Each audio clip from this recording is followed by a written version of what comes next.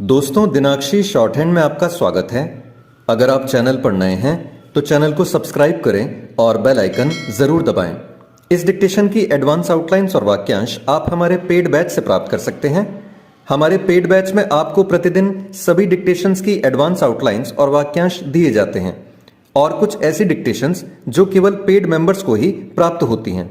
हमारे paid batch को join करने के लिए और बैच के बारे में संपूर्ण जानकारी प्राप्त करने के लिए आप डिस्क्रिप्शन बॉक्स में दिए गए मोबाइल नंबर पर व्हाट्सएप कर सकते हैं। इस डिक्टेशन की डेमो आउटलाइंस आप हमारे टेलीग्राम ग्रुप से प्राप्त कर सकते हैं। तो चलिए डिक्टेशन को स्टार्ट करते हैं। डिक्टेशन 5 सेकंड बाद स्टार्ट होगी। Ready, start. लद्दाख की यात्रा पर गए राहुल गांधी ने कथित तौर पर वहां के स्थानीय लोगों के हवाले से यह जो दावा किया कि चीन ने उनकी चरगाह वाली जमीन हथिया ली है, उससे यही पता चलता है कि उन्हें न तो प्रधानमंत्री की बातों पर यकीन है, न रक्षा मंत्री की और न ही विदेश मंत्री की। यह भी स्पष्ट है कि उन्हें शीर्ष सैन्य अधिकारियों पर भी भरोसा नहीं। ध्यान रहे, वह सर्जिकल और एयर स्ट्राइक पर भी बेजा सवाल खड़े कर चुके हैं। राहुल गांधी इस तरह के दावे पहले भी कर चुके हैं कि चीन ने हमारी जमीन हड़प ली है। ऐसे दावे करके वह प्रधानमंत्री को केवल कमजोर दिखाने की ही कोशिश नहीं करते, बल्कि सेना का मनोबल गिराने का भी काम करते हैं।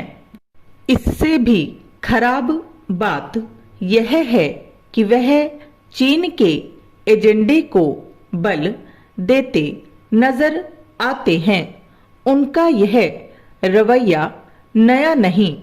यह भूला नहीं जा सकता कि डोकलाम विवाद के समय वह भारतीय विदेश मंत्रालय को सूचित किए बिना किस तरह चीनी राजदूत से मुलाकात करने चले गए थे। जब इस मुलाकात की बात सार्वजनिक हो गई तो उन्होंने यह विचित्र दावा किया कि वह वस्तुस्थिति जानने के लिए चीनी राजदूत से मिले थे। क्या इससे अधिक गैर जिम्मेदाराना हरकत और कोई हो सकती है? राहुल गांधी इस तरह का आचरण इसीलिए करते हैं क्योंकि उन्हें शासन संचालन के तौर तरीकों का कोई अनुभव नहीं। उनकी तरह सोनिया गांधी और प्रियंका गांधी भी कोई जिम्मेदारी लिए बिना पर्दे के पीछे से सब कुछ करने में ही यकीन रखती हैं। कांग्रेस की मजबूरी यह है कि वह गांधी परिवार के बिना चल नहीं सकती।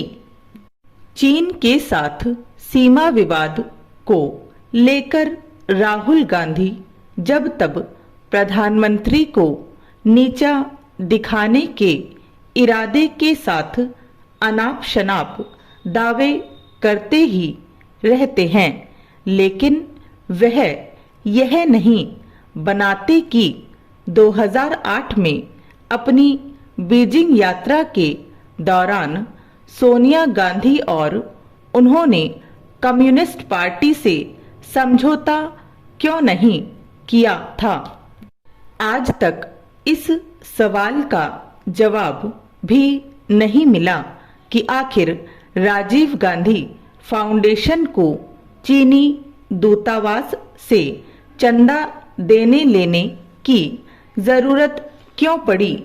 राहुल को यह भी विस्मृत नहीं करना चाहिए कि जवाहरलाल नेहरू के समय चीन ने किस तरह पहले तिब्बत को हड़पा और फिर 1962 के युद्ध में भारत की 45,000 वर्ग किलोमीटर भूमि पर कब्जा कर लिया।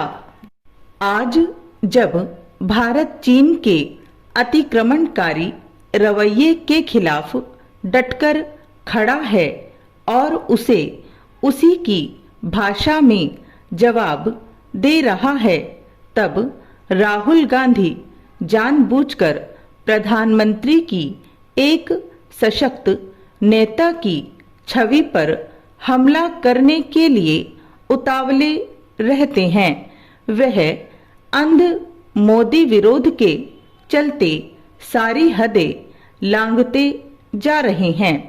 वह यह बुनियादी बात समझने के लिए तैयार नहीं कि जब रक्षा और विदेश नीति के मामलों में राजनीतिक वर्ग एक सुर में नहीं बोलता तो इससे राष्ट्रीय हितों को चोट ही पहुंचती है।